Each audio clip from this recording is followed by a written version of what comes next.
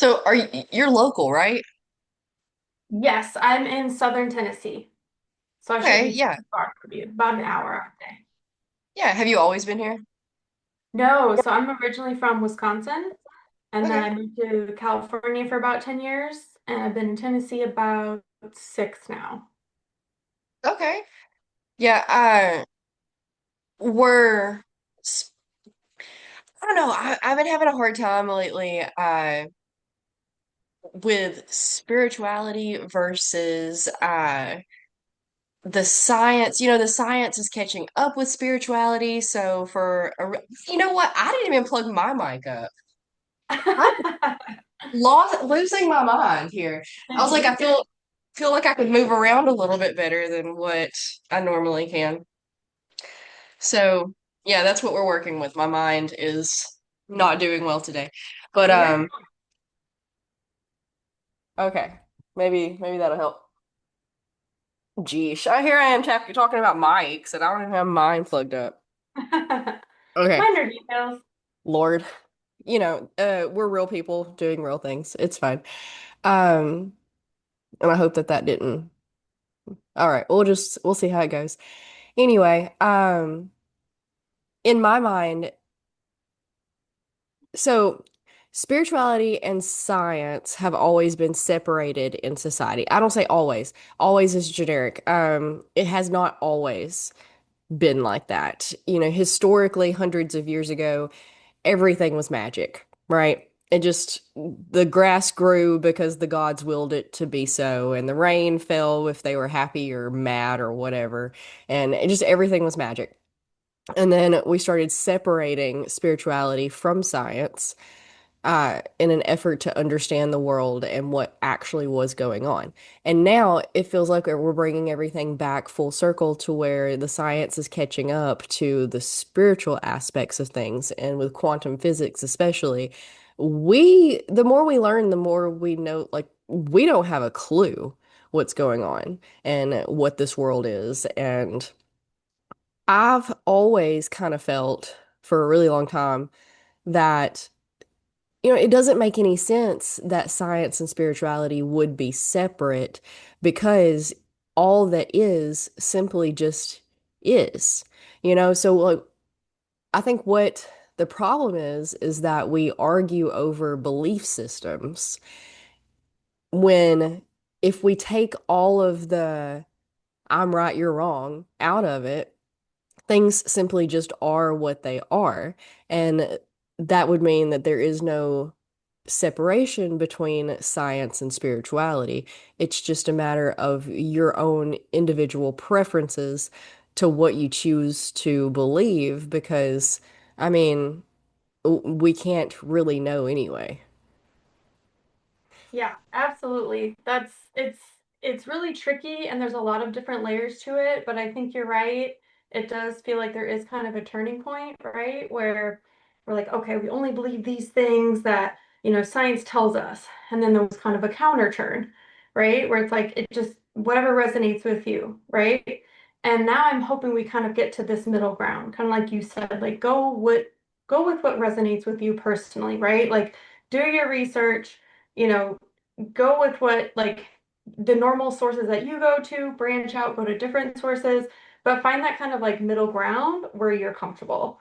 And I do think like being in the South too, that can be kind of extra contentious when we're talking about religion, and sometimes things don't always align with what we might have previously believed. I think there is kind of these tension points that are happening right now, right? Like, what are previous beliefs that I had, and what is kind of the best for my body, or the best for my family, or the best for my mental health? So, yeah, I think change is definitely in the air, but again, still rooted in what resonates with us, kind of our core beliefs and values, so to speak.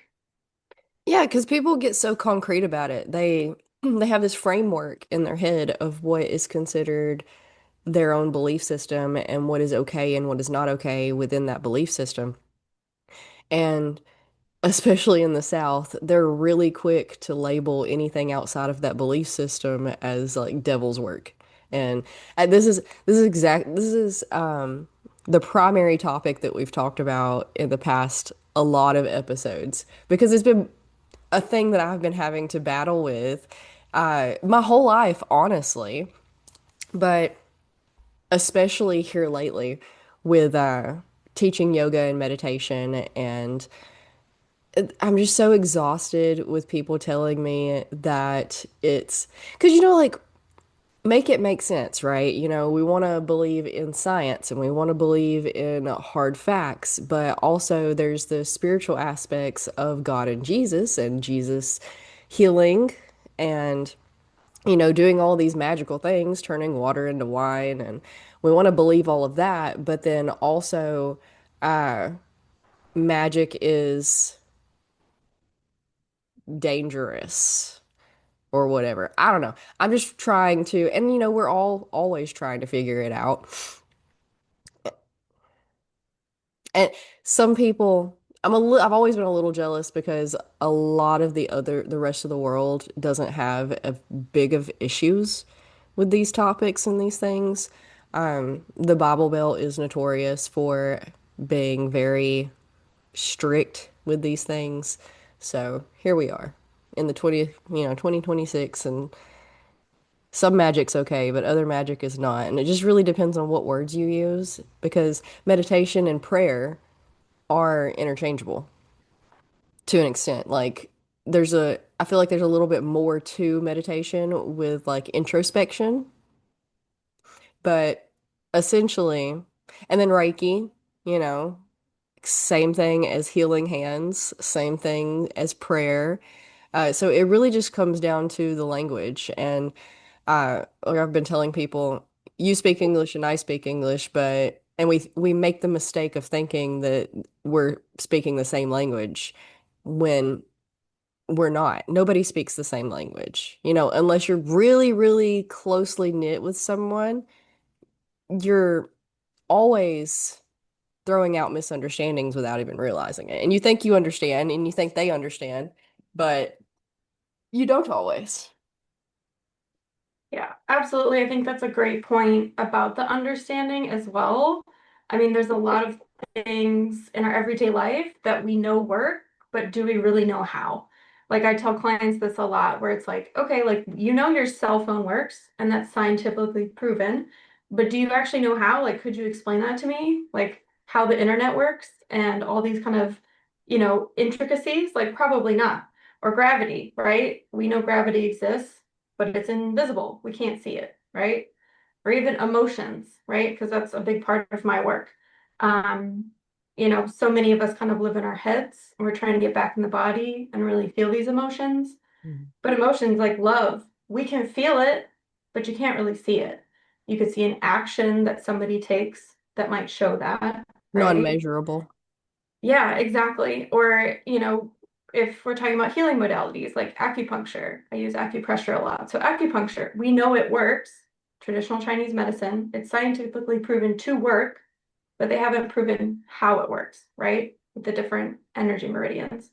So it gets tricky, but I do think, you mentioned quantum physics as well. Like a lot of this stuff is out there, but the average person like may not know about it yet or maybe just hasn't taken the time to like read a book on it or something, or some of it does get tricky, so it can kind of seem overwhelming.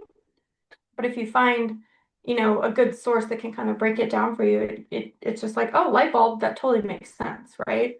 So a lot of this stuff is actually scientifically proven. It's just not mainstream knowledge, or like I said, it's we know it works, but we don't know how. Mhm. And it's kind of coming to this place with, your own personal beliefs or whatever, like how important is that to you, right? Like I have always had a pretty logical mind and always wanted to prove things or just curious, like figuring out how does that work? Like that's so cool. And sometimes you get to a point where it's like, does it really matter how it works? If I know it works, I can feel it, I can Mhm. see the results at the end of the day, does it really matter? A lot of the times, no, it really doesn't, right? If we know Mhm. it's helping us heal, it's making us feel better, it's helping our animals. Sometimes at least to me, it doesn't really matter. No, it doesn't. It doesn't matter at all because if it helps, it helps. And a lot of people, they're like, oh, it's the placebo effect. Okay, it doesn't matter. Does it help? And that's the thing is we get too stuck on what is correct, what is factual, and what is nonsense. But at the end of the day, like the fact that we exist at all is insane. And we can't wrap our heads around it. We really can't. If you think you can, you haven't really sat and really thought about it. Uh, Infinity, the universe goes on forever, does it? Which I think there was some like new findings that they may have found the end or something. I don't know. I don't way out of my realm. I dabble in this and that, but I just graze through because really the best way to do things is take everything with a grain of salt. And then just make up your own belief system as you go. Take what works, take what helps, and then leave the rest. Because at the end, it doesn't matter. We have at most, under the best of circumstances, 100 or so years on this planet. That is no time. That is a blink of an eye. So why waste it fighting over who's right and who's wrong? Like, are you happy? Are you healthy?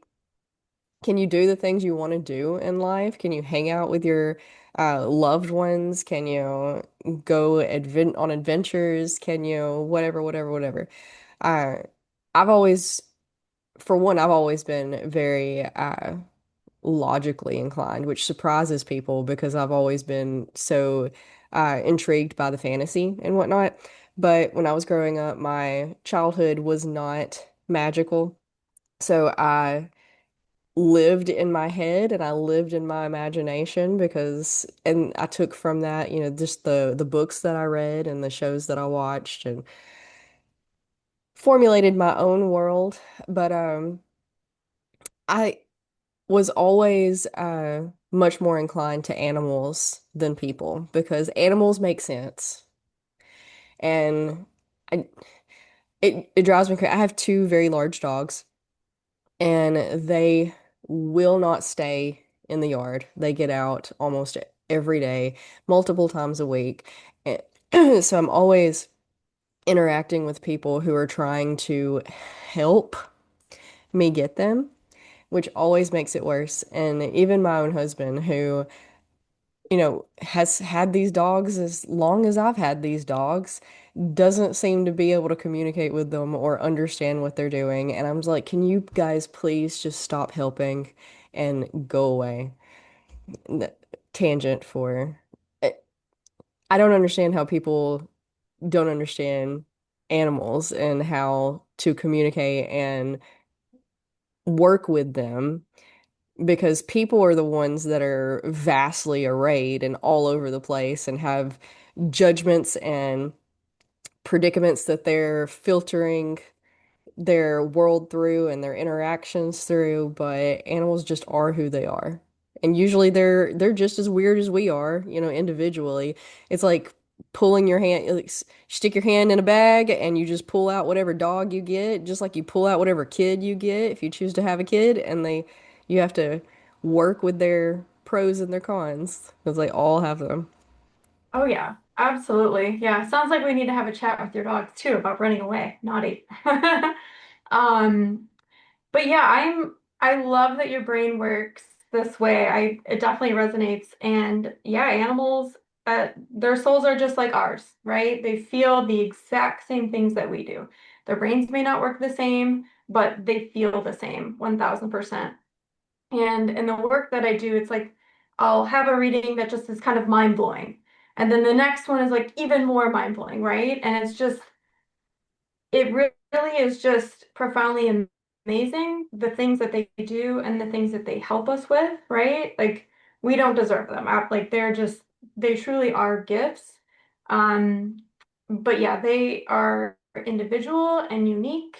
And one thing that kind of comes up a lot is kind of the mirroring piece. I know horse people kind of know about this because horses are just so sensitive and they're just great mirrors for people, but all animals do this.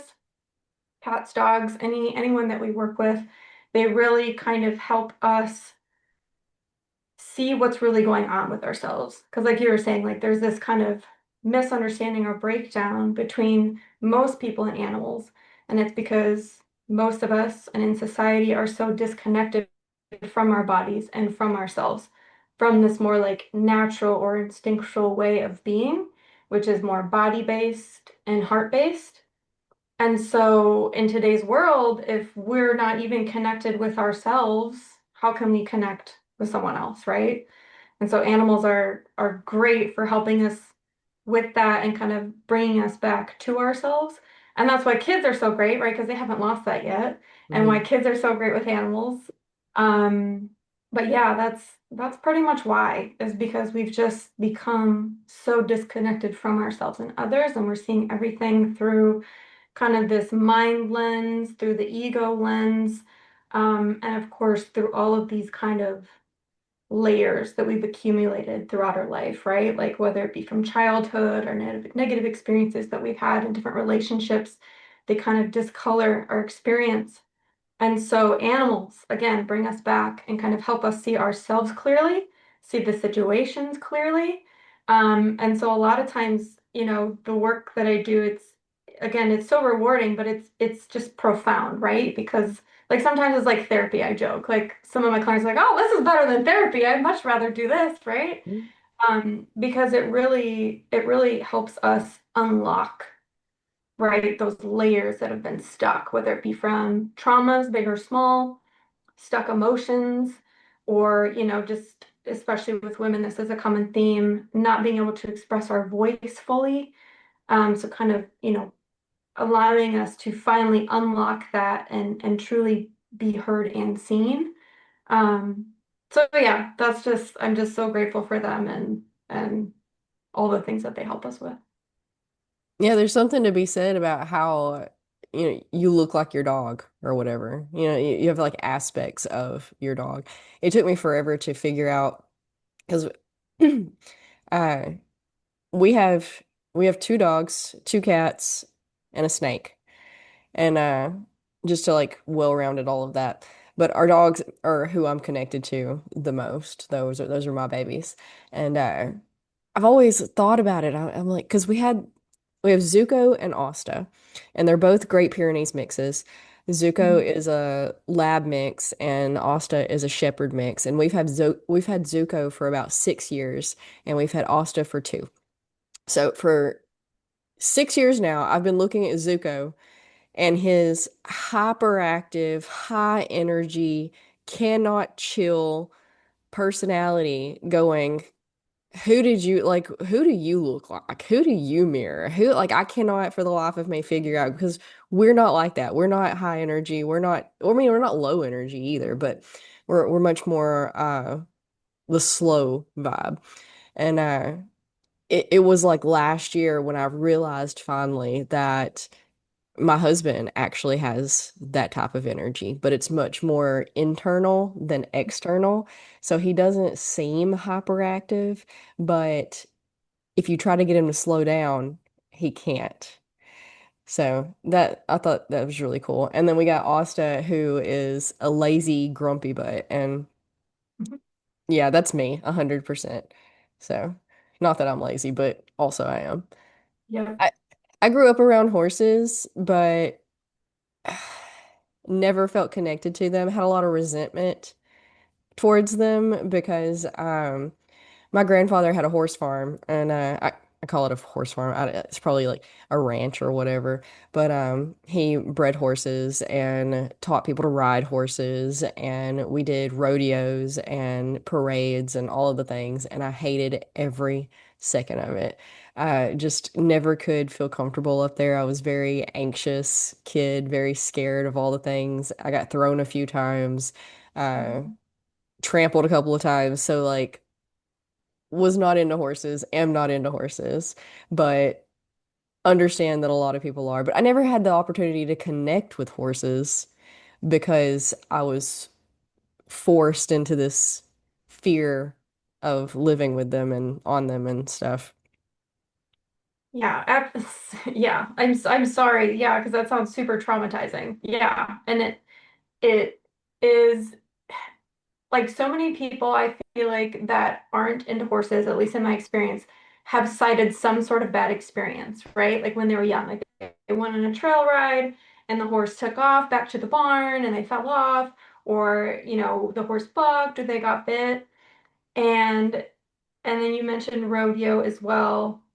And it's, how do I say this? It's those are other there's symptoms, right? Like, and I'm sure, I'm preaching to the choir here, but it's like the horses exhibited these behaviors because they weren't themselves in a regulated state, right?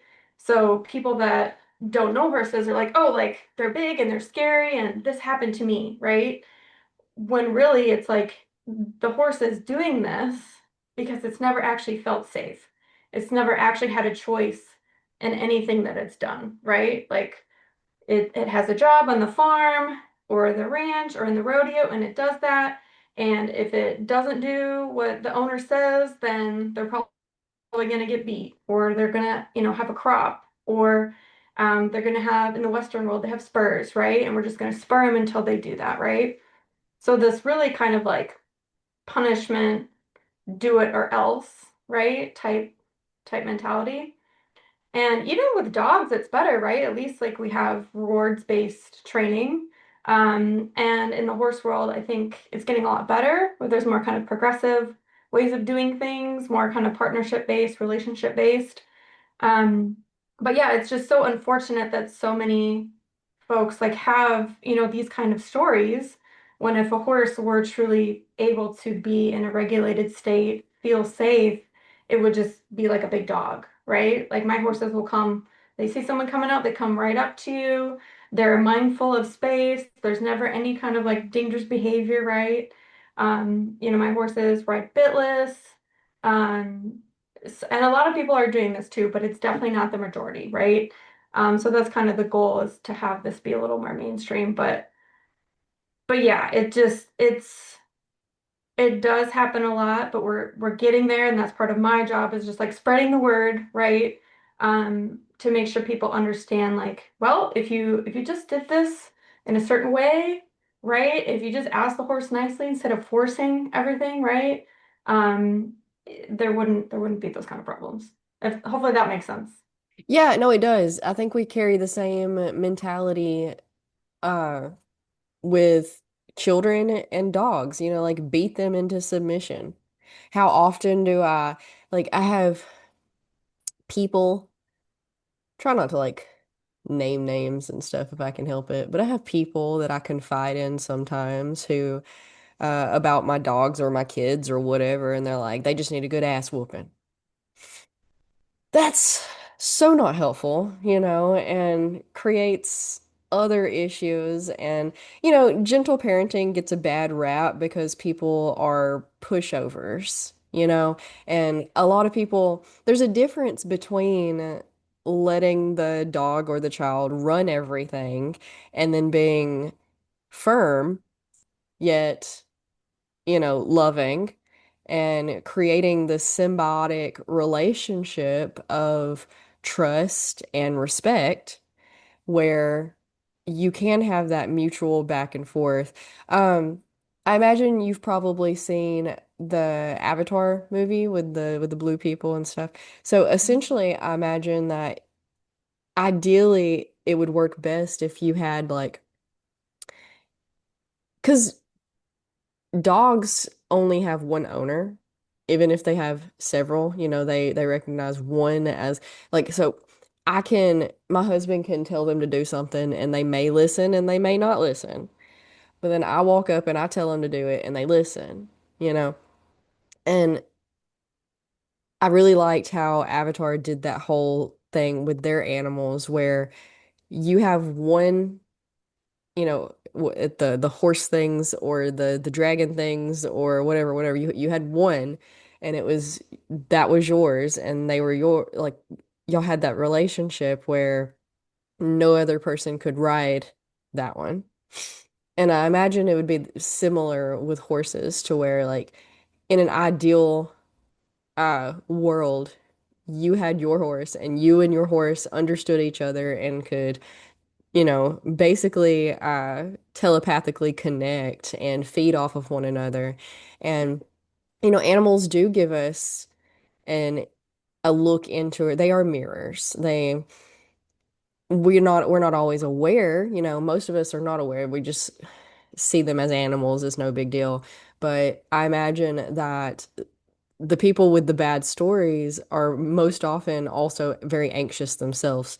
And just like just like me and my sister were talking about it yesterday, you have to big dog the big dog.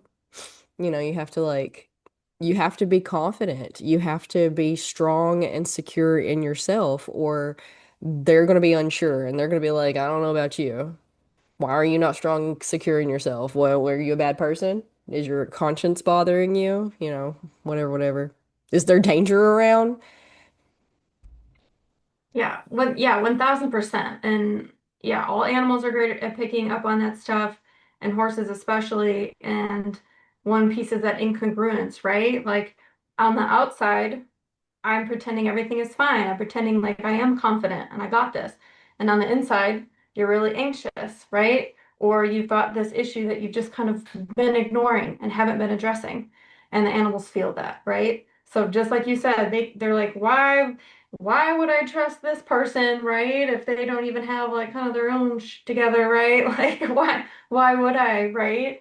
Um, and so yeah, and like similar to the parenting thing too, there's that saying that's like, heal your demons or they're gonna raise your kids, right? So it's like you really have to take care of that stuff, or those patterns are just gonna persist. And kids and animals, they pick up on that stuff and they know.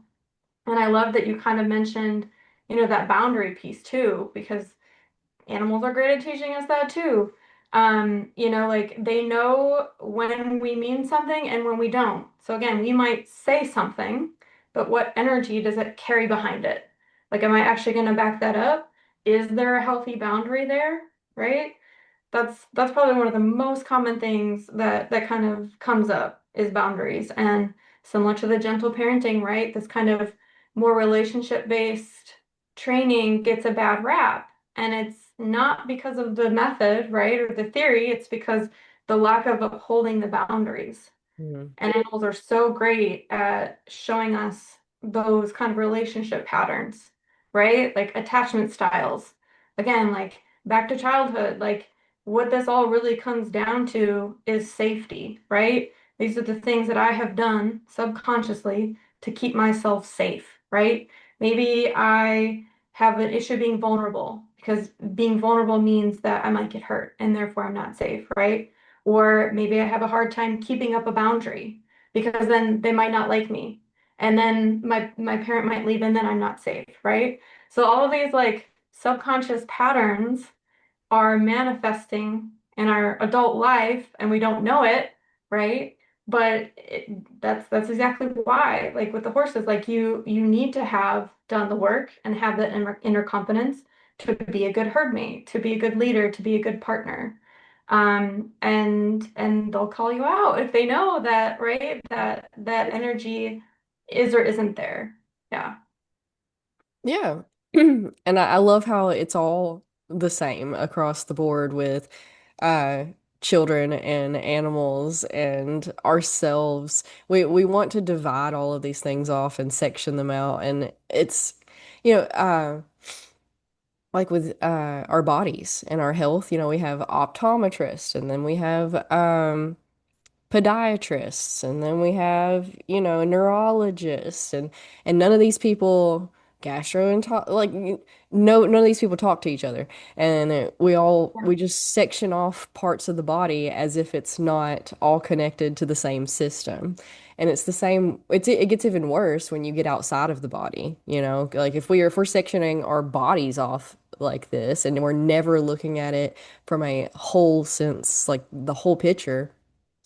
It just gets 10 times worse when you leave the body and now you're interacting with other things in the world. And that's how we see like ourselves separate from one another. Ourselves, adults are separate from children, or separate from animals. And even then, you got that animal and this animal. But when you really understand the whole, essentially soup. You're talking about cell phones earlier and the all the waves that we're swimming in all the time. Like we can't see those waves, but we're constantly surrounded.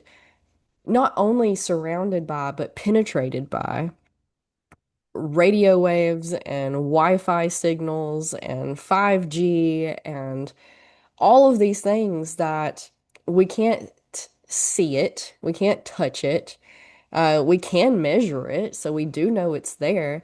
But when we think of, it's not only surrounding us, but penetrating us, it's the same exact thing with energy and emotions and uh the energy that you put out. You can feel that, and the animals show us that they're a great mirror uh of introspection, and I think we covered that already, but sorry, my brain's not firing today. uh You're good. Yeah, like the everything is energy piece, like you were saying, is just so key. And how everything is tied together and you have to look at things from a holistic lens and how we essentially are all one, right? And how you're mentioning like the different doctors and it's I keep thinking politics and I don't think we want to get into politics too much, but so much of what we're talking about is just playing out in the political arena, right? About that division, right? And mhm, pitting people against each other and not understanding, like, at the end of the day, like, we're all walking each other home, right? Like, can we mhm, not remember this? Like, it's all about love. Like, come on. Um, so yeah, we don't have to go into that, but it just keeps coming to the top of my mind how it's just these themes are just present on so many levels, like in our mhm. lives today. Yeah. Yeah, and we make it too complicated, and we live in our heads, and we should live in our bodies more. This is what I was trying to get to, so thank you for helping me with that. Uh, Animals help us to live in the moment and live in our bodies and live in the present and live in the now and right now what is going on in front of you. Because yes, I used to be oblivious. I used to be oblivious. I was a very sheltered child, unintentionally. They were not trying to shelter me. That's just what happens when you live in a very small town and you spend most of your time in the woods and there is no Mhm. internet. Uh, so like so badly so that I was in I was in fifth grade when the Al Gore, George Bush presidential election occurred, and my school made this whole thing out of it, and they were like, they were using it as a teaching, like, learn about elections and stuff, and I was just like, what's a president? What's a government? There are countries? Like I was just, and then of course, like any other kid, didn't really pay too much attention to it until my early 20s. And then I was like, oh crap, that's a mess. Somebody should do something about that. And then I got really into it for a while, years and years. And then when I had my son, when I had my oldest, I just couldn't anymore. Like I had really bad postpartum anxiety. And then so I had to stop watching the news or paying attention to any sort of politics at that point in time because I couldn't handle it. I was having panic attacks that were so bad I couldn't function. And I was able to identify that a large chunk of that anxiety was coming from paying attention to the news and government and whatnot. So I completely stopped doing that and stuck my head in the sand for the most part for a few years, which people talk about being a bad thing, and it's not necessarily. Um, my whole philosophy now is I can only control what is present, like actually present in my life. I don't mean like on the TV or on my phone, on the news, yada yada, like because like if I'm watching that, then it's present in my life, but I don't have a direct connection to that. What do I have a direct connection to? Well, the people in my life, and we can't change anybody. All we can do is be the best versions of ourselves that we can be and lead by example and hope that we inspire others to do the same or similar. So, and then like, how did we end up in this situation of things being so messed up? essentially it's hurt people hurting people because the vast majority of people are good. If you spend time with children, if you know, they're good. Very rarely do you have one that is just bad. And I know a lot of people are going, "Oh, I know a lot of bad kids." Mostly, usually it stems from the adult figures that they have in their life that are giving them examples, not getting enough attention. And I've never had a kid that I couldn't get through to, and I've never like worked with kids or really anything like that, but I'm very active with my own kids, and so I find myself in contact with a lot of kids their ages and always has because I show up to all the field trips, I show up to all of the school functions and events and volunteer and yada yada just because I want to be present and know what my children are being exposed to and everything. Never ever have I found a bad kid that I couldn't get through to. And eventually, like, it's just like I hate to keep comparing children to animals, but they just live in the moment. They live in their body. They live in their emotions. And we could all stand to take some pointers from them and get out of our heads a little bit.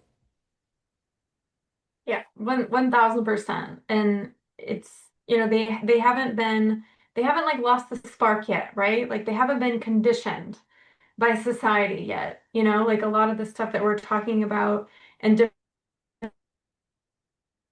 different gifts have kind of always been present in people, like empathy, for example, right? And different clairs, like, right? Like different knowings and different gifts that we have as that we came in with as kids, and then the suppression starts, right? Like a kid might be too much, and then there goes the suppression of the voice, or they Mm. say something and that's labeled like, oh, that's crazy, or they have an imaginary friend. That imaginary friend isn't real, and so there comes the suppression, right? Hmm. So yeah, just completely agree and agree that yeah, hurt people. Like I feel like that is the core of it all, isn't it? Yeah, because the people in power who are messing everything up, why are they doing it? It's greed, it's power, it's control, it's all of these characters, human characteristics that we get from not having enough love, not having enough support, not feeling seen or heard, not having our place and purpose in the community. It's like it all comes back to very fundamental human aspects. And are there complete psychopaths that are just born complete psychopaths? Well, I mean, like that's the question of the century, isn't it? We're always nature versus nurture. We've always debated that. We don't know. But I think that, if we take something that we don't know, the best direction to try and help it is just assume that because if it's nature, then there's nothing you can do about it. But if it's nurture, you can try to nurture a little bit, It's not rocket science. People try to make things too complicated and too difficult and too hard. We're always filtering things through our own traumas and belief systems and yada yada. There's a thousand different directions we could go in it. But I do think that things are leaning more towards the positive, more towards the community oriented. That's why I focus on the things that I focus on. Love and community. If you have that, nothing else matters. We have all these goals and aspirations for life and whatnot, but when you really break them down into why we're pursuing what we're pursuing or why we want what we want, it's always emotionally based. It's always love, acceptance, being seen and heard, our full expression of ourselves, community and purpose. Yeah, I cannot remember who the quote is by, but there's a Native American quote, and maybe I'll find it and post it. But essentially talking about like how, the white man and white culture is essentially fear-based, right? Like from a Mm. space of lack. fearing others, fearing animals, fearing what could be taken, and then of course ultimately like fearing themselves, right? Um, so yeah, just completely agree, and it does feel like yeah, there is that kind of return to community, which has been really nice to see. And especially with women, kind of this theme of like sisterhood, right? Like this message came up several times from the horses, and just kind of speaking about how like the time of separation, right? Like that more individualistic way of being and how we've been kind of separated on purpose, like we were talking about before. Like that's done. That's over. Like women are taking their power back. We're rising back into sisterhood, supporting each other, collaboration instead of competition, right? Support, like loving each other, helping each other heal, right? It's hard enough to do this healing work on our own, right? And that's kind of how it's done. Maybe you have some support from your family or a partner, but a lot of people are just kind of doing it on our own. Mm-hmm. And back in kind of more indigenous cultures, like you didn't really do anything alone, right? Mm-hmm. Like you were in sacred space, you were in community, and there was this video that went around recently. I'll have to find that too, but one of the women lost her husband, and it just showed them all, this group of women singing and grieving together, right? It didn't just fall on this woman to hold this and move all this grief and sadness by herself. Like the whole community of women like had her back and helped her transmute that, right? So just yeah, I've got goosebumps right now. Just You me too. yeah, returning to this place of true sisterhood. Yeah, and knowing that we're not alone, like no matter what. Yeah. What a concept that most people could not grasp their head around. But yeah, it's the same thing we get at concerts, that or at church even when you're all singing together. And we don't have anything like that for people who are grieving or Yeah. struggling or anything. Our culture is very figure it out by yourself from start to finish. Yeah. Be independent. Be uh, you can see this from the like sleep training and telling new moms that they should not sleep with their children, their babies, when we have the evidence, that we have the studies to show that mother and baby are supposed to sleep together because it regulates both of them's, it regulates baby's breathing and heart rate, Mhm. and separating them is a traumatic thing on a biological level. So like from birth, and you know and then grieving on your own. We don't know how to help people. We don't know how to be supportive and be there for people who are going through really heavy things, and it shouldn't be a solo event. It shouldn't, because shared grief makes it easier for sure. A shoulder to cry on makes all the difference in the world, but we don't know how to. We tell them, if you need anything, let me know. Okay. Yeah. What That- exactly am I supposed to ask you for? yeah, I, that's a great example. Like it's a perfect example. And yeah, like people don't know how to express their own emotions, right? mm-hmm, Let alone help somebody else with theirs. Like emotion makes most people uncomfortable, like sadness. Like mm-hmm, so many people still like apologize for crying, right? Like they're stressed mm-hmm, out and they break down, or they're missing someone and they start crying and then they'll just hide their face and just apologize. Like we're not even comfortable with emotion in ourselves, right? Let alone like, and I actually like that's a thing that comes up a lot for people. It's like, how do you, if you are like see somebody else crying, like how does that make you feel? And it's really hard for people. It's really hard uncomfortable. for people to sit, yeah, to sit with that. Um, so so yeah, we as when we were little, we weren't taught how to emote. One of my friends says, emote. We weren't taught how to express and process our own emotions, let alone how to support others.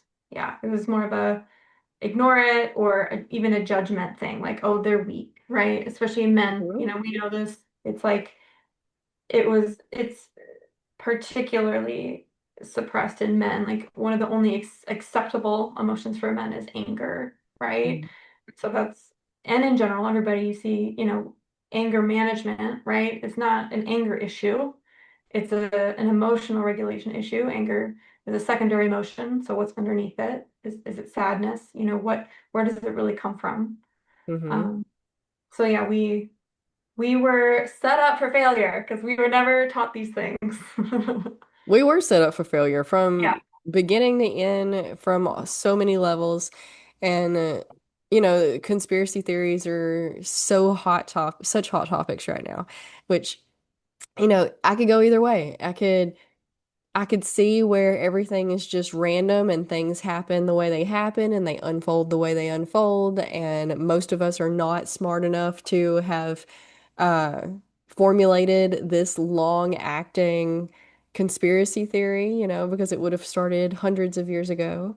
Um, on the other hand, I'm like, no, absolutely started on purpose hundreds of years ago, and here we are because it was so even like I remember it, you know, 10 years ago, 10 years ago, not that long ago. The age of information is so brand new, and just look at what we've done with it in such a small amount of time. It's amazing. But 10 years ago, 15 years ago, it was very easy to convince people of false information.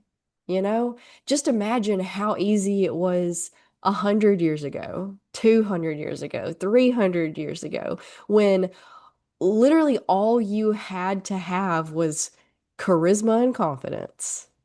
That was it. That was all you needed to be a hell of a con man and come up with whatever you wanted to come up with, and then just work your way through the social ranks of your one tiny village. And then, I mean, not that hard. Not that hard if you're charisma and have a little bit of intelligence.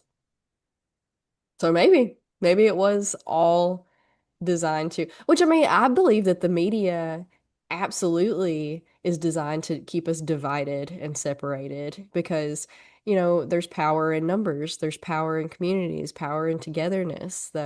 There's nothing more powerful than a community, a village rallying that feels connected to one another, rallying together to protect one another, to protect their children, to protect their elderly parents, their grandparents, like that love is so powerful that to we are easier to control if we are separated and fighting amongst each other rather than turning our focus to the common enemy. Yeah, I'm with you 1000%. I actually studied public relations. I have a master's in public relations. And yeah, society is one big PR campaign. Mhm. Politics, one big PR campaign. So yes, 1000% agree. And going back to that kind of, systems stuff that you were talking about, different beliefs and this binary thinking, right? It's one or the other. There's no in between. There's no outside option, right? Pitting people against each other or all or nothing, right? Like it's either this or it's nothing. There's no in between or the black and white, no gray area. And just, people, there's that quote, something like, my favorite people are those that have the ability to change their mind, right? Because again, back to politics, it's like it almost doesn't matter what it is these days. Like we have unlimited information at our fingertips, yet somehow so many people are still pitted against each other, right? They're not open to other stuff. And then you have like confirmation bias. And I just want to fit this thing to my narrative.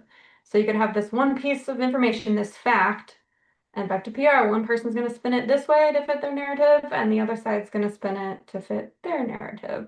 So it is mind-boggling to me, I guess just because of how my brain works, and it seems like both of our brains work, that folks may still kind of be stuck in that when it's like we do have all this information and the ability to research and think on our own, yet somehow we're still kind of staying in that kind of binary thinking, right? This unwillingness to change, this unwillingness to kind of go on that grayscale.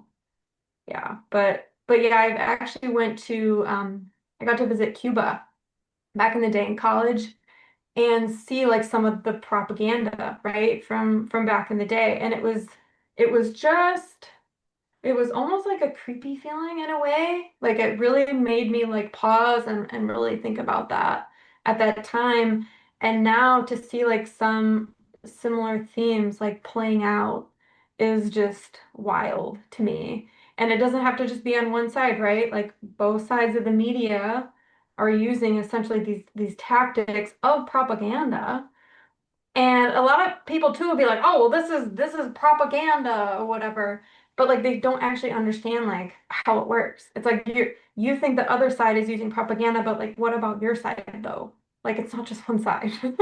So, so yeah, I'm sure I'm preaching to the choir here too, but it is it is sometimes a little mind-boggling to me that some of these same themes are still playing out in this day. It's a little wild.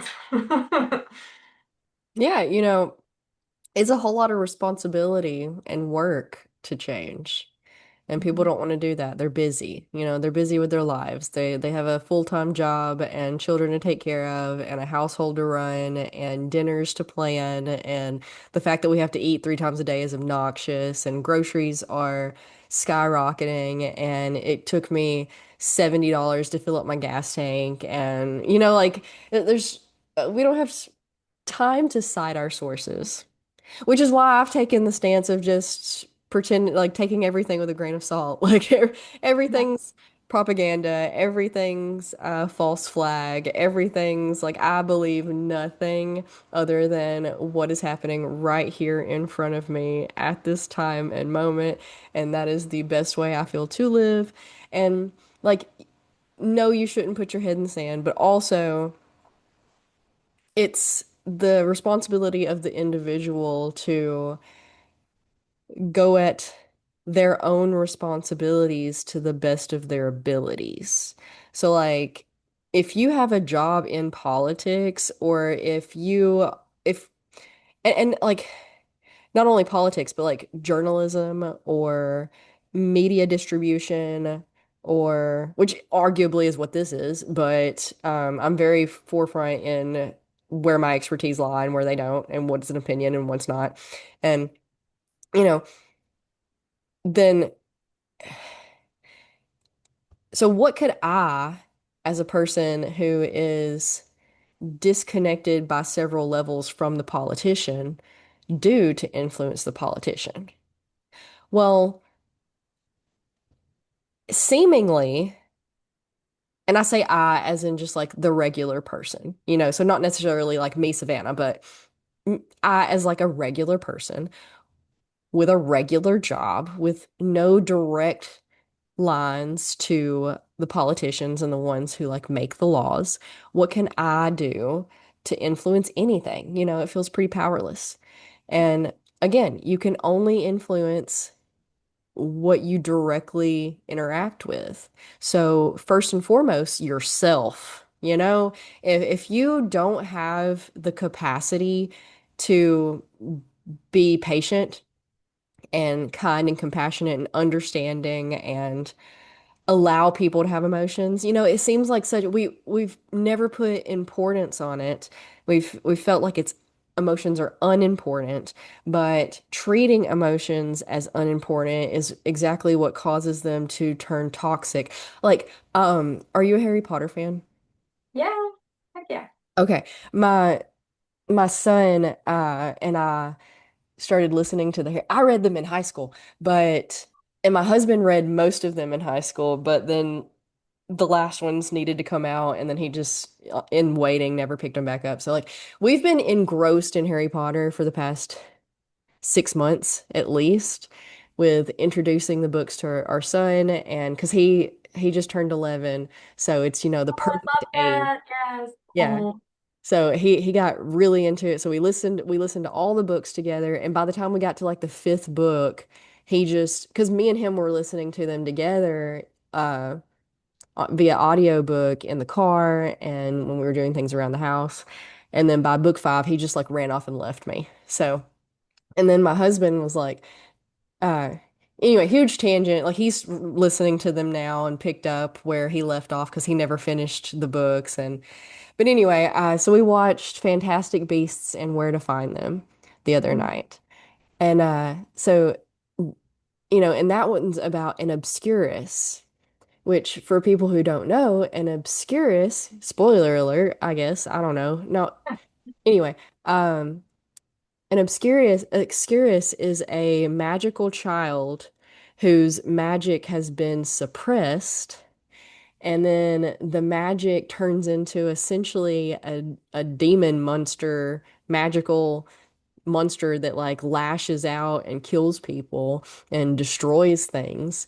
And it's a wonderful analogy for how emotions work and how if you suppress them, they turn into essentially an obscurus that lashes out at everybody and everything. And it eventually, I'm getting out of breath because I can't breathe. Um, it kills the kid. Like in the movies, the Obscurus and Harry Potter, it kills the kid that it's lashing out from. And emotions do the same thing to us. If we suppress them, they turn, not only do they lash out, but they turn inward and make you sick. Dis-ease, disease. It makes you, it makes you sick. So not making importance, not making time to put importance on emotions is exactly how we get to where we are in society and all of that. So anyway, what can we do as a person is it's we don't think that making time for our children to cry and have a tantrum and figure it out and help them figure it out. We don't think that that's important. We're like, uh, you better wrap it up or I'm gonna give you something to cry about or, whatever, whatever, whatever. So first and foremost, you have to make sure that you're taking care of yourself so that your own needs are met, so that you do have the space and the patience to help other people when the time arises. And from there, because I give my daughter the space to have her emotions and I teach her emotional regularity, she's going to then go to school or go to the ball field or go to her friend's house, and her friends are inevitably going to have emotions, and she's going to know what to do. She's going to know how to hold space and how to comfort and how to help them. And then, you never know, that could be the only source of kindness and compassion that they have in their life. And that could make all the world of the difference. So instead of growing up into a narcissist that has to prove themselves, they they think back to her when she comforted them because they cried in, can you stop? She I have wants a in cat. on action. We call her Table Cat. She Oh. only ever gets on a table when there are people sitting at the table. She has to be right in the middle of all of the conversation. Of course. She wants in. Yeah. But anyway, so long story brought full circle. Um, if I take care of myself, then I can be there properly for my children and my children's friends, which I tell you what, if you think, do you have children? I don't. Just animal children. Okay. Okay. So, everybody's like, man, i- if you think that your kid going on and on and on and on and on about a subject you do not care anything about while you have looming deadlines is annoying, try experiencing that with their friends. Their friends come over. And so, like, at least you love your kid. And at least you can, like, stare at your kid and zone out a little bit about, like, oh, you're so pretty. I made you. You know, look at your little freckles. Your eyes are so glowy. You know, at least you can do that with your own kid. When it's somebody else's kid and it's your kid's friend and they start going on and on and on and on and on about something you don't care about, it takes a world of patience to just like I'm just in my head like going, I just need to make them feel seen and heard. It's okay. It's okay. They need this. They need this. It's important to them. You know, but um and then you go out and then you can interact with other people and other relatives and the people in the community and then you know, it does grow out from you and especially if you can get the capacity to because a healthy individual is part of the community. You know, if you're, and there's so many of us that are not part of the community, and children offer us a way to insert ourselves into the community because a lot of us don't know how to be inserted into the community. Um, you know, I sure didn't. I didn't know where to begin. I knew that I wanted to be a positive influence on the community. I knew I wanted to be a part of the community, but I had no clue how to go about doing that other than like, volunteering at the Goodwill or whatever. I mean, Goodwill's an actual job, but you know, doing community service here or there, which okay, but you know, it doesn't feel organic for a lot of us, right? It feels like something forced. So, healthy individuals, once you figure out how to be healthy in yourself, mind, body, and soul, you find yourself part of the community in an organic way. Um, how I've found that is through my children and their functions. You know, my daughter plays softball. My both my children are in Cub Scouts, so that's a very good community thing. Pickleball is very community oriented, and from there it's just kind of branched off into a lot of different areas. And yeah, once you find yourself in the community, then you find yourself interacting with police officers and firefighters as real actual people and not just, you know, a job description or a uh you know, because there's a lot of things in the media over the past years about police officers. You know, we have a lot of strong opinions about police officers now. And like, yes, absolutely, some are toxic, but some are wonderful.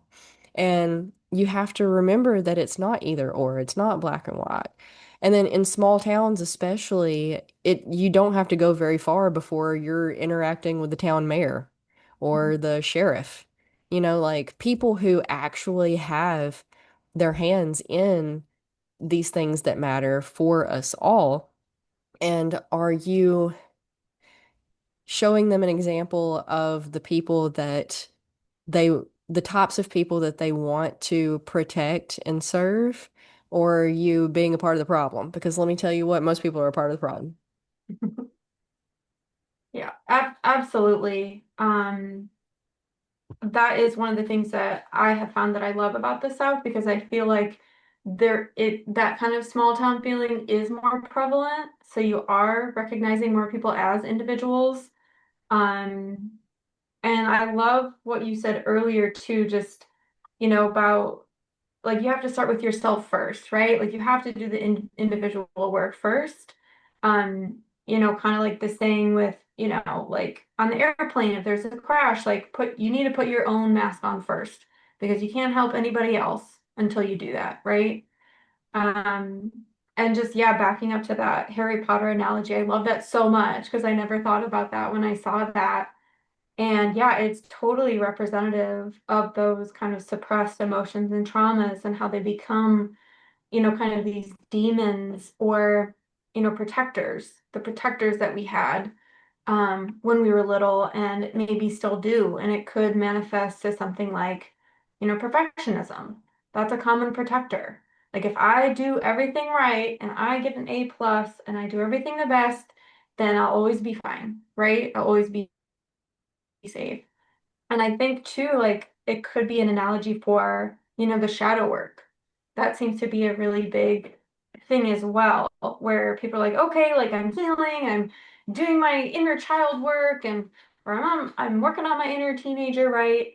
Um, but that's kind of the next step that people can forget, right? Is the shadow and truly embracing that, right? Like truly accepting and loving all the parts of ourselves, like the ones that we may not have liked so much, like learning to actually like love that, right? And maybe a piece, is a protector and kind of saying like, thank you so much for all you did to help me survive. Like, but I don't need you anymore. Like I love you and we're going to transmute this now because this pattern, doesn't serve. And the shadow, like truly embracing all the aspects. Basically, you can't let the light in, right? On your whole self if you're still kind of compartmentalizing and not acknowledging a part of yourself that, yeah, I don't like that one as much, or you try to sweep it under the rug or keep it hidden, but it has to out, it has to come out. Then you can let all the light in, right?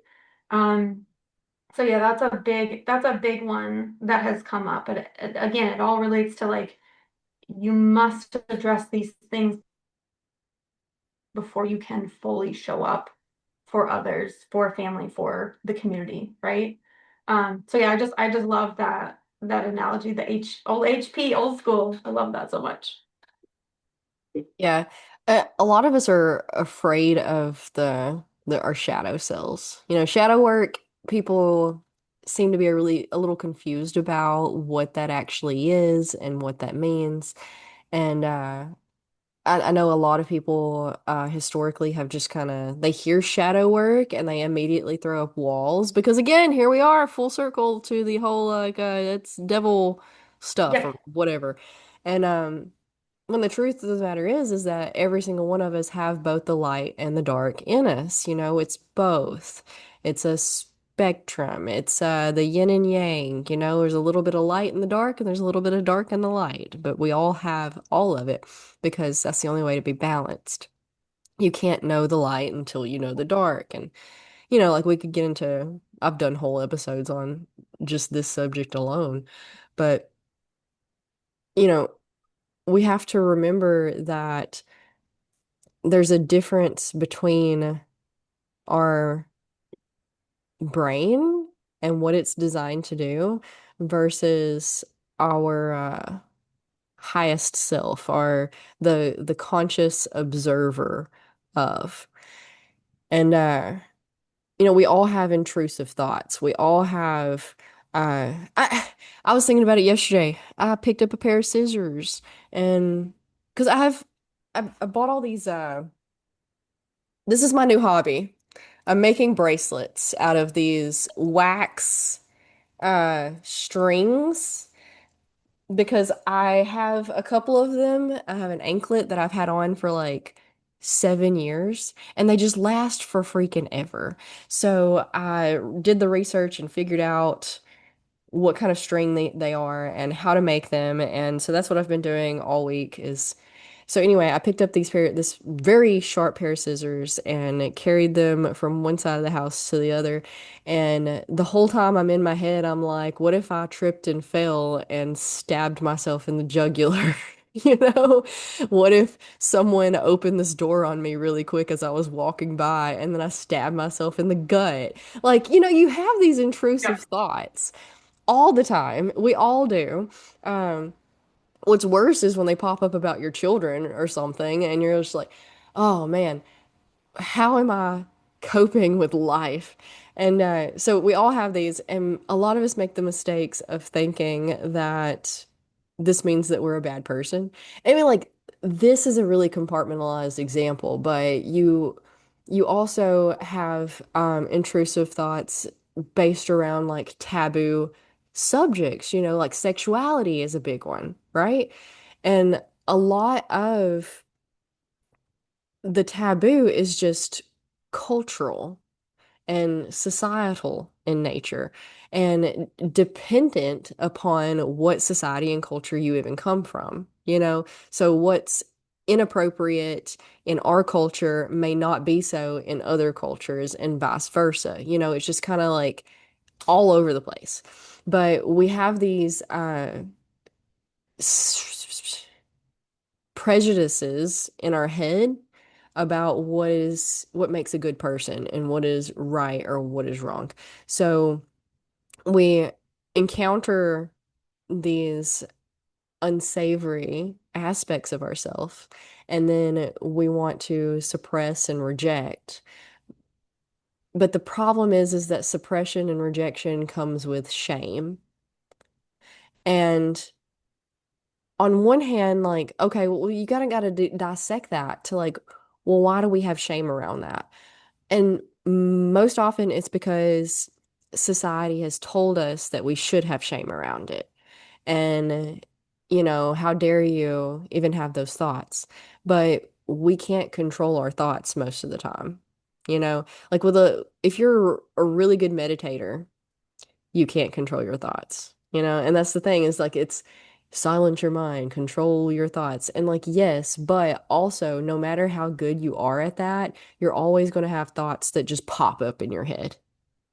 And from there, what are you doing with it? You know, are you lingering on it, beating yourself up about it, collecting all of this shame around it when you're the only person who knew it happened in the first place? Okay. So why are you shaming yourself against yourself? That seems like a whole lot of unnecessary energy and bandwidth, you know, when you can just be like, oh, okay, Savannah, whatever you say, and then, or like give it another name, you know, you can name another, you can give that those aspects a different name and then just be like, all right, Sharon, calm down. Calm down. Anyway, back to focusing on my feet. I don't know, being in the present moment. Yeah, I love that. And yeah, it's it's kind of like saying just recognizing like, okay, it's just a thought too sometimes, right? Like sometimes it's like I see you, but you're not helpful, so thank you, like move on, right? Like especially when it comes to, things around fear, which we talked about, like so many things kind of derive from that. And it's like, okay, well, thanks, but no thanks. Like, thank you, but we're moving on. And another piece, again, kind of back to the shadow work, a horse said recently, like, black isn't bad. So, like, the animals, kind of speak in colors a lot and kind of the symbolism of different colors. And black is actually protection, right? Like, you've got a kitty that's black. I've got a black cat right next to me. Um, so black is actually protection, and it's not inherently bad, right? So there's really no reason to fear it, right? We have nothing to fear when It was we probably look propaganda. yeah, right. Um, so yeah, just remembering like duality, right? There must be balance in everything. So just because it is doesn't mean it is inherently bad or something to be feared. Um, so yeah, and yeah, I resonate with the intrusive thoughts. I actually know a lady that she was cutting something with a knife and she dropped the knife and it like stabbed her in the foot.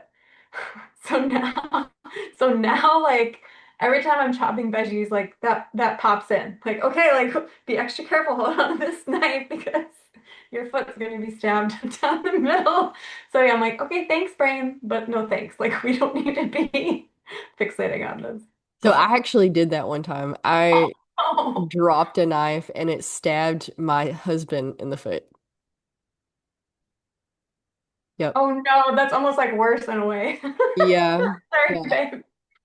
I felt pretty bad about it. It was not a big deal, it didn't really hurt anything, but it did like stick straight up in his foot for a moment and then it fell off. And I really, yeah. So it's been a running joke for a while that I did stab him one time. There you go. You can always have that in your back pocket. Like, hey, we don't want that to happen again, right, honey? Don't forget I got a little crazy. That's funny.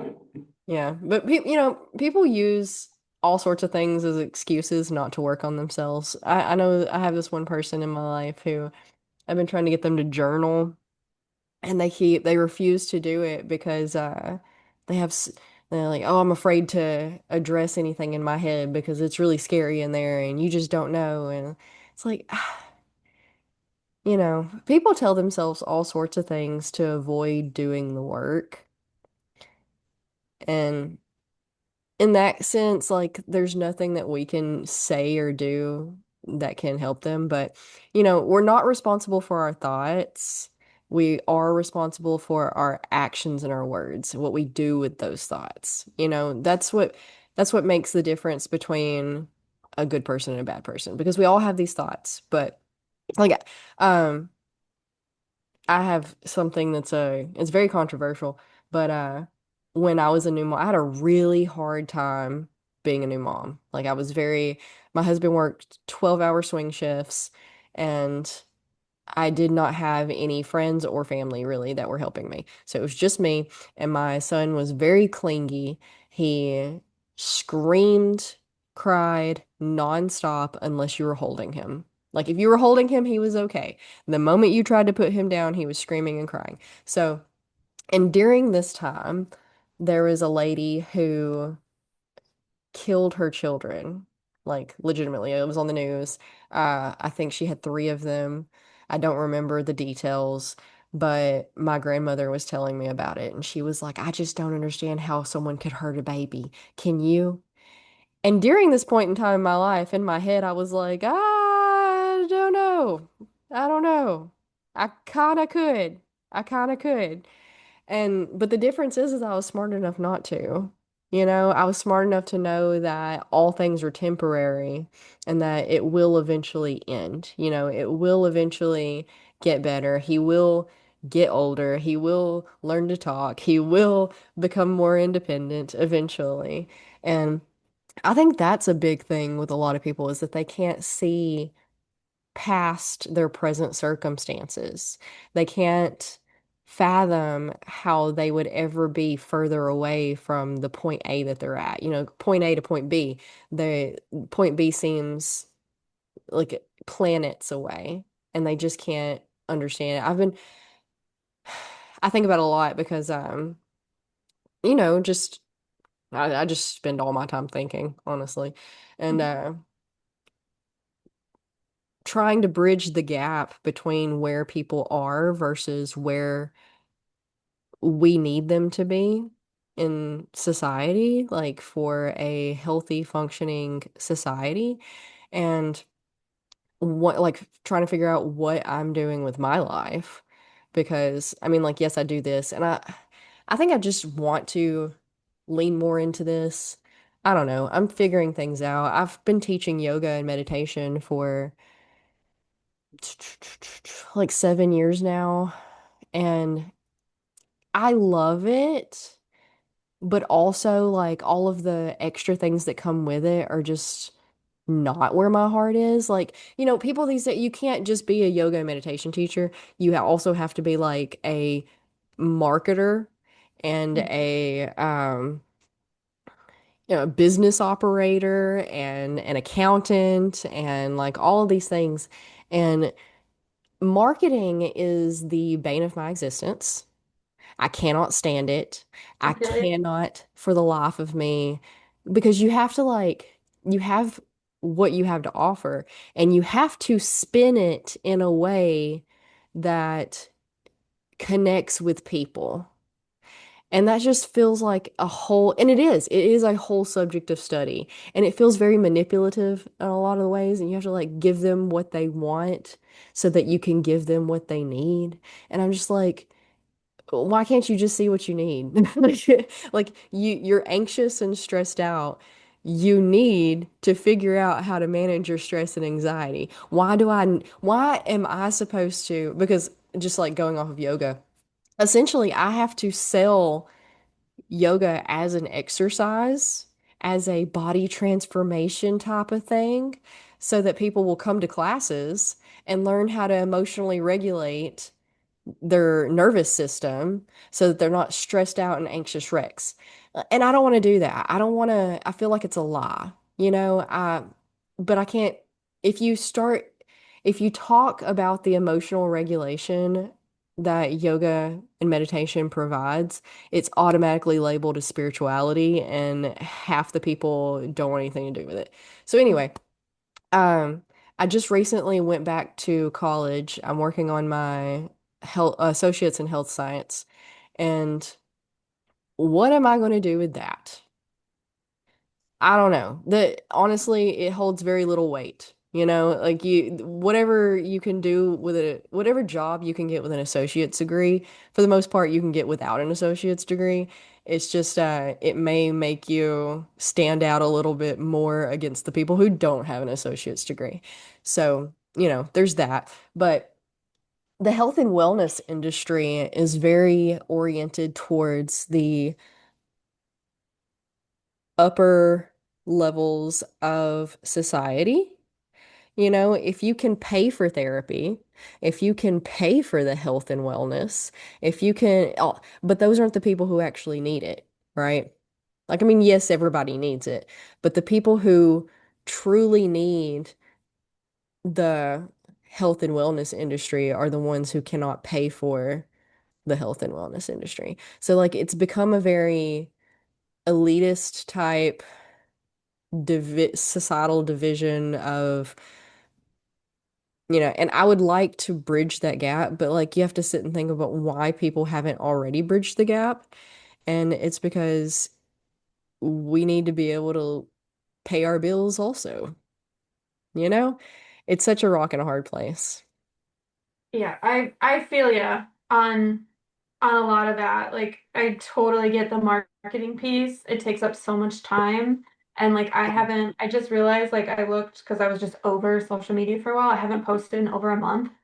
I'm like, okay, we need to get back on there. But yeah, it is kind of this like fine line, right? Of like being authentic and true to yourself and what you offer and what you're in purpose here to do, but then also explaining that to people in understandable terms.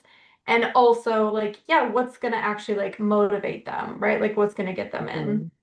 So I totally get that. It's like a fine line to play with. And originally because I trained horses for many years and gave lessons and coaching. And so people come like, okay, my horse has a problem. I have, this is their issue, behavior issue or otherwise. And of course, what do we find out? Like it's a people problem, right? And Always. yeah, right, as with everything. And so it really kind of transformed into be, coaching, but kind of like relationship coaching, right? It's kind of what it is at its core. But if some people, if you said like, oh yeah, this is relationship coaching, they'd be like, one, what is that? And two, like, no, like that's not, right? Because they're just not there yet. So yeah, sometimes it's like you kind of have to plant the seeds or like offer something that they kind of understand to bring them in, right? And then they kind of are like, oh, then the light bulb goes off, right? So I totally get that where it's like it's a really it's it's tough sometimes. Um so and I forgot the other piece. What was the other piece you mentioned at the end? I forgot what I was gonna say. Maybe it'll come back to me. But yeah, it's it can be it can be tough sometimes to like make sure you're still being authentic, but also offering a service. Okay, I remembered. It's the piece about yeah, being able to offer this to people that really need it, that can't afford it. So I've run into that as well. So maybe we can collaborate someday, but like my vision is having some kind of nonprofit, right, for this. But like you said, it's a money piece, right? Like we still have to, survive, but somehow down the road, just being able to create, kind of a collective of different people that offer these types of services for the people that can afford it, right? Like everyone is just in survival mode right now, like with this economy. So, and always, right? But it's so needed. And I do think, at least with the mental health space, like there are some things popping up, like, therapists online, like better health, things like that, where there are some options for kind of more affordable therapy, but it's just not to scale yet and people don't really know about it. Or kind of like what you were saying, it's like they may not even have the knowledge to know that they need it, right? So it may not even be on their radar. So again, like how to offer it in a way that's kind of planting those seeds and kind of offering that safe space to kind of, help them open up and bring them along a little bit. But yeah, it's a tough one. I feel you. I feel you on those things. Yeah, especially if you're trying to offer something that's more of an art instead of like, with the energy work thing, it's the emotional regulation stuff. It's more of an art than it is a science, especially when it varies so much from person to person. There's like broad general factors that like yes, we all want love, connection, fulfillment, yada yada yada, Maslow's pyramid and whatnot, but how we address all of that and get from point A to point B is a very individualized thing. And there are so many opportunities if I want to volunteer and work for free. And I wish that I had the means to do that, because I've always been weird about money and asking for payment. And that's another problem that makes me a terrible business owner because people will be like, now how, like they'll come to my yoga class and it took me like, I'm not like this anymore. I have ironed out a lot of my problems with all of that. But for a long time, they'd be like, so how much your classes? And I'm like, I mean, like, calm down, Savannah. It's just $10. It's fine. But asking for money for my services is something that I think a lot of people as business owners struggle with because that's another subject that has been treated as taboo. Like you don't talk about money. And uh, when I first got into all of this, I don't know, what to call it, personal development, learning, whatever, whatever, whatever. I was, you know, there's a common factor that I came across in a lot of self-help books or nonfiction books is people in the lower classes are, which is the word I was looking for earlier. I kept saying like other things, but classes is what I was looking for. Um, have always been taught not to talk about money, not to mention money, not, and this was a corporate-y type development that was intentional to keep people from discussing their wages so that uh s- business owners could pay people different wages and stuff. So like and to keep us why is money not taught in school?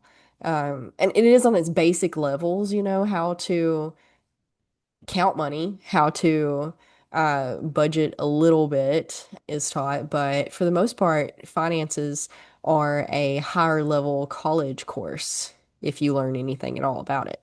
And that's another conspiracy we to keep the divide bigger than what it is. But I don't know. I don't know how I got on that subject at all, but or how it comes around full center, but money is just another form of energy distribution and exchange, and it's a terrible one. It's a terrible one. It doesn't fulfill, like, yes, it fulfills our needs, but it doesn't fill any kind of emotional needs, which is at the end of the day what we're all looking for. Which I mean, like, again, safety, security, yada yada, but those are always illusions anyway, right? Yeah, that's absolutely. I think that is it's another tough kind of conundrum in this space. And I totally agree with you. And I think too, like it is probably more prevalent with women, right? Like in talking about the finances and like you said too, it can be hard to kind of quantify services sometimes because it is so like individualized or tailored. Like you were saying that piece about the art. So like people will ask me like, okay, like what's included in a session? And I'm like, whatever you need the most, right? Whatever the horse needs the most, the animal needs the most, whatever your body needs the most, that's what's going to come up first. And then whatever modality that is, whether it's craniosacral or energy healing, chakra balancing, just being heard, it really depends, right? So it's Mhm. you can't just say it's going to be like ABC, right? Because it's so fluid. Um, and yeah, like it can be hard to quantify too, like and you were saying about the energy exchange when we're in this type of work, kind of like the helping industry, so to speak, right? Like we do this because it's our purpose. We're passionate about it, right? So like in theory, we probably would do it for free. And back in the day, again, if we were in a more indigenous culture, it would be, or it'd be a trade, like a barter. And I do Mhm. that sometimes with folks like I have equine massage therapist like that we trade it like a people therapist we'll trade. I'll be like, okay, half hour animal communication, half hour questions, therapy questions, or just goods and services. So I feel like that has something to do with it too, because a lot of these things and these gifts are remembering, right, of something that we have probably done before, and back then, or whenever we did it, there probably wasn't this monetary exchange, and there definitely wasn't all the crazy marketing and social stuff, right? Like that we have to deal with. I mean, blessing and a curse. But I guess that that's a part of it too, right? Because the exchange is more heartfelt and would it could look a different way, or probably did in the past, if that makes sense. Yeah. um yeah, but that's a tricky one, yeah, for sure. Yeah, and there's another conspiracy in there about how We love those. difficult how difficult they've made it to have a business. You know, where I've noticed so many shops of different sorts popping up in people's homes like it used to be, and how it still is in other places. There's in I think it was China, I saw a thing where it's very common that once someone retires from like their official go to work type of job, they usually open up a little shop in their home as like a hobby shop, to make a little bit of money and just have something to do. And oftentimes they live upstairs above it, and then the downstairs is just a little shop. And how quaint that is, and how lovely, and how that is my dream. Okay, I would love to have a little tiny shop business that I ran from my home where I don't have to go anywhere. I can just be here and do it. And there's so many popping up a little, like there's a little coffee shop around the corner from me, and that's just on somebody's property. And then there's let's see, like cosmetology is a very common one that they've done that for years. Um Little farmers markets. People are putting up little farmer stands in their front yard and selling baked goods and honey and soaps and, whatever, whatever. And I just love this so much. So I recently stopped teaching weekly group classes in lieu of doing more private sessions and whatnot at my home. And another hurdle. People hear that and they automatically throw up all the red flags, and they're like, "Nope, not coming to your home." Like, you think I want just strangers and people come into my house? Like, no, trust me, the feeling's mutual. But and I have worked out of my home like that before, and I hated it, and that's when we installed cameras all over the place, and it just and we got some creeps. We did. And we navigated it, and then I stopped doing it because it was just too stressful. And then coming around full circle to now, why I decided to start doing it again is because rent is stupid. Rent is stupid expensive. And then a couple of years ago, I tried so hard to get a legitimate storefront in town. And rent, again, averaged at that point in time $1,500 a month. It's since doubled, Mhm. and I can't afford that. And oftentimes like people who own the storefronts would rather let them sit empty for a couple of years while they wait on a big corporation to come through and be interested in it so that they can make big money rather than trying to work with a small mom and pop shop. So that in and of itself is just next to impossible. So uh the way I'm working it now is like word of mouth type of thing. So like I'm not advertising that I run this kind of stuff out of my house because I don't want just because I've done that before and it produced creeps. Because another problem that yoga has is the sexualization of it, which is new and gross and really annoying and adds all sorts of hurdles to like people who are legitimately trying to help bring people uh wellness, you know? And I like I have people make comments all the time about, like, oh, I could put my butt up in the air and I'm like, why are we framing it like this? Which I understand because when I started doing yoga, when I started practicing yoga myself, I could only do it. I would turn on YouTube videos and follow along, but I was so embarrassed Mhm. that I could only do it at my home by myself when my husband was at work. Okay, my own husband. I couldn't even do yoga in front of my own husband. So, like, I get it. I get it. But also, like, this is a societal problem. And this is why we all have hip and back issues because we're stiff and we don't allow our bodies to move like they need to move. And we're always, not only are we suppressing our emotions, but we're suppressing movement as well. Anyway.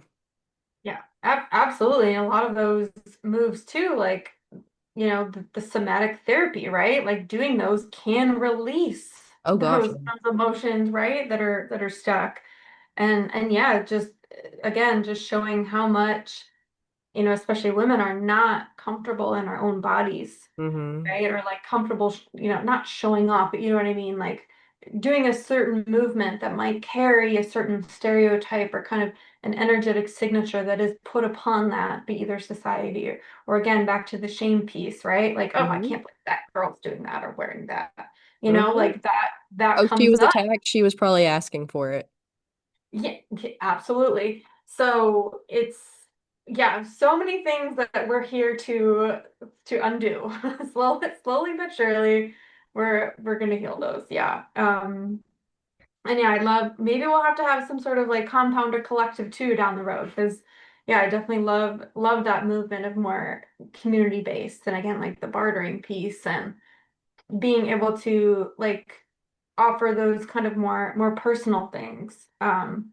And when you were talking, it made me think of Cuba again. It's funny because I haven't thought about this Cuba trip in years, and now it's coming up twice. But I was able to. It was while the country was still kind of closed down, because it opened up for a little while, and they they were not allowed to have their own businesses, right? And so things were kind of opening up and getting more lenient. So folks started to have businesses in their own homes. So they'd have restaurants in their houses, or they'd set up a little shop, right, in front of their door. And it was really amazing to kind of see like the very beginnings of this type of economy because they weren't allowed to do that. And if you were, you had like this specific license and you couldn't actually get it. So, they'd have these little stores, little tiendas. And so you'd go like for your ration, right, of food. And milk, for example, you could only get milk if you had a baby at the time. And our one of our guides that was helping us, we asked her like, oh, like what do you want to see? Like what's the coolest thing that you think is about the US? And she literally said, she was like, I just want to go to a Walmart. And we're like, what? Like, what? Like, how? Like, why?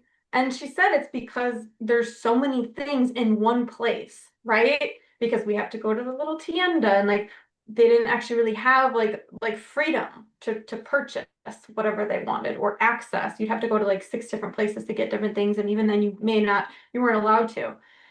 And so it was great perspective to see that. And now it's like here is the opposite. Okay, now we want to get away from that. Like that's the problem, right? We that actually was bad and we're over it. And so let's get back to the good community-based stuff. But yeah, definitely full circle and definitely eye-opening. But it's like, yeah, girl, we don't want that anymore. Like I can see why. Like you, but now we're like, no, it's actually bad. Yeah, it's, the overcorrection problem. The grass Yeah. is always greener on the other side, and then we overcorrect before things balance out. Because, yes, having to go to six different places to get what you need, and then possibly not even being allowed to get the thing that they have that you just don't qualify for. I imagine that that is so stressful and so time consuming. Whereas on the other hand, we have overdone the consumerism thing to where everything is so cheaply made that it makes it more accessible, but also at what cost? And like that's a whole subject on itself that could get Yep. really deep, all the way from the people in third world countries uh, that are working to make the product for little to no money, um, all the way to us who are using the products that are made with toxic chemicals and things that are not healthy for us, things that are destroying our health. And also, they're going to break within a year probably, and then we have to buy them again. So, which apparently, you're not supposed to say third world country anymore. Supposedly it's to be like underdeveloped countries or something else. I don't know. They're always telling us what we. Yeah, yeah, the whole disposable, like now everything is just so disposable. And I think about that with like our food. Like you're saying, we could do like 5 podcasts just on this topic. Oh yeah, Um, easy. but yeah, the food and just thinking about, because again, it relates to the animals, like thinking of how much waste, like food waste there is in general, and then especially when it comes to animal products, where it's like an animal literally like created that with their body, and it's just being wasted. Like that always gets me kind of extra. Um, but yeah, even like electronics, like I had to get a new TV. It's like back in the day, like a TV would have lasted you like 10 years, or Oh that man, your 38, 50. Like those yeah, big I don't know if you remember those big old TVs that were like from floor to 4 or 5 foot high, and the big old box TVs. yep. I saw somebody the other day on Facebook. They're like, "Hey, we finally upgraded this. How do I get rid of it? What do I do with it? It still works." Like Absolutely, yeah. those things lasted forever. You got the washers and dryers, and they lasted for, Stove, the fridge, all the kitchen appliances. Yep. yes, 40 years. And I've been frustrated about that for years. Like, how are we supposed to make any freaking progress when, like if life is about accumulating things, which it's not, but you do kind of need a washer and dryer, you do kind of need a refrigerator, yada yada, oven, stove, whatever, whatever. How the hell are we supposed to get anywhere if as soon as I check all of these things off my list, I have to turn around and stop pushing buttons, please. I have to turn around and start sorry, I thought she'd cut us off there for a second. Good. But I have to turn around and start checking those exact same things off of the list again. Like I'm just in an internal feedback loop. It's just I'm running in place here. I'm on a freaking treadmill. We're not actually going anywhere. Yeah, I was just talking to somebody about that. I'm like, I don't even have kids right now, and I feel like I can't keep up. Like it's a full-time job just existing like in this world right Yeah. now. Like it's so wild. And yeah, there's another conspiracy theory too. Like it's it's about money, right? They want to make money, but it's also about, if folks can't ever get ahead, right? Then everything stays the same. So, yeah. Yeah. No, my son asked me yesterday. He said, I was thinking, and Mr. Weasley has a pretty good job. So at the Ministry of Magic. So why are they poor? Like it always talks about how poor they are. I said they have like 18 kids. He was like, "Oh, he being a kid himself doesn't realize how much that those cost." And yeah, uh, it, they're constantly, it's constantly, and not even like we're pretty lucky in the sense of I very rarely have to buy my kids clothing because we get so many hand-me-downs from all different directions. And we do have to buy shoes a little bit, but even those for the most part, we get handy. My grandmother, her hobby is thrifting. She goes thrifting almost every single day. So she's always finding the kids shoes and jackets and clothes and stuff like that. But and you know that like we got groceries, but the thing that costs the most I'm finding is school. School costs a lot. And public school costs more than homeschooling, which is crazy and people don't realize and think because I have one kid in each. My son homeschools, but my daughter is in a traditional county school. And her school is always hounding me for more money. And then, like, and that draws, there's another conspiracy theory for you, how we don't fund education and how there is nothing more important than funding the education, like the school systems for your country. Make it make sense. Why are we not pouring more funding into school systems? And then we make them compete for funding. And if their test scores, they get funding based on their test scores, which is ridiculous because then instead of being able to focus on teaching kids what they need and how they need it, and like individualizing a little bit and taking the time to make sure that whatever, they're just teaching them how to take tests because that's how they get funding. And if they don't get funding, which even if they get funding, there's still a fundraiser every 2 months. It just it really adds up. Really adds up. I could get on a soapbox for a while about that and have. Yeah, my mom is a retired high school teacher. So if you ever wanted to have her on and go into that rabbit hole, she would be more than glad Yeah, to. Yeah, absolutely. there's so much to that. And even, in my kind of daily work with animals and with people, again, like you have to meet them where they're at. Like Hmm. everybody has different communication styles, different learning styles. So obviously standardized testing is not a good measure. And as teachers know, the way that you're teaching, it's not one size fits all, right? You Hmm. need to adapt to different learning styles, different kids they all have different home situations, like there's so much to it. And yeah, the system is definitely broken there on multiple levels. But yeah, so if you ever want to go down that rabbit hole, let me know. I'll message her.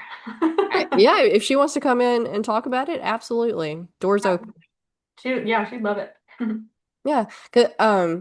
So I said my son is homeschooled. It's a he's in a hybrid school, so he does all of his school work at home on the computer with me, and then he goes to school once or twice a week for just clubs and socialization and that type of thing. And so both schools, since they are technically both public schools, they have the same testing. It was ACAP, I think is what it was. And it essentially assists how much funding that they get. And my son's school was like, hey, this is kind of important. Make sure you do it. My daughter's school, on the other hand, did like a whole week-long boot camp practice, all sorts of, I don't know. She came home so stressed out about it, and she thought that she was not going to pass second grade if she did bad on it. So, and then Sure. at the end of the year, they sent this survey home, and they're like, "Do you think the boot camp helped your kid not be stressed about test taking?" I'm like, "It made my kid stressed out about test Opposite. taking." So, yeah, I get really we have so much, we have so many studies, we have so much research that proves that these standard practices that we have been doing for however long are harmful rather than helpful. And yet we're still doing it. And that goes up the grapevine because uh people don't want to ruffle feathers, and change ruffles feathers. Even if it's change for good, you have to it's pulling teeth trying to convince people to change anything, even if you have mountains of evidence to present them with. And especially when you start moving into like elected officials and whatnot, you have to navigate those complex social relations so that people will vote for you. And then we get into the same problem of like marketing versus providing the service. It's not good enough for you to be good at the subject that you're trying to create a profession in. You have to learn how to play face and meet those social criteria that keeps everybody happy, even though everybody's never going to be happy. Yeah, it's yeah, back to playing the game, right? And that just shouldn't be a part of it, but it is like what, who are the board members? What's the superintendent? It like you said, back to the those politics and playing that game where it shouldn't have a part there. Yeah. Well, we'll go ahead and wrap things up. We've gone going for 2 hours and it's been really fun. If you would ever be interested in coming on and doing another episode, maybe I would be not sickly and able to hold onto a thought with maybe 5 words instead of 55 words, because I know that that's what I've been doing. I've been like rambling on trying to get to my point, but I'm struggling keeping my thoughts straight and clear and whatnot. But anyway, tell people what you do and how to find you and whatever else. Yeah, absolutely. Well, I think you've done amazing. So it's been great. So thank you. But yeah, just about myself. So I am an animal communicator, healer. I do body work for animals. Also do energy healing for people with horses in Southern Tennessee. And you can find me on Facebook, Blue Moon Animal Communication, or if you're a horse person, Blue Moon Equine. I've got a website too. And yeah, just reach out with any questions. And yeah, thank you so much. This has been so nice and so fun. And I was like, oh, 2 hours, like that's a long time. And I feel like it flew by, honestly. So so yeah, I'm happy to come on again with whatever you'd like me to talk about. And yeah, thanks again. This has been awesome. Yeah, I don't really generally do specific subjects. Like we can kind of have specific subjects just to, if we have a hard time. Not all, sometimes there are silences, sometimes and for one, you have to just kind of be comfortable with the silences. Yeah. And most people are not. And Skill. yeah, for sure. Um, but it helps to kind of have overviews so that you have something to come back to if you need a little bit more stimulation because conversations died out. But this is how all of my episodes go. Like we just go from one thing to the next to the next. Again, there's no compartmentalization in real life. We do that in an effort to cope with and navigate and organize life. That's a human thing, but it all is just one big soup. Yeah, So, I love it too because it was organic, right? And authentic, and that's what we need more of. So yes. yes, super appreciated. But I love too that you're into like quantum physics stuff. So like we could definitely talk more like about, the healing stuff. And I just feel like if people just had just even a basic understanding of what it is, like it would be helpful. Do you know what I mean? Because Yeah. like I posted the other day about like in the horse world, it was like, okay, we got craniosacral, acupressure, and energy healing.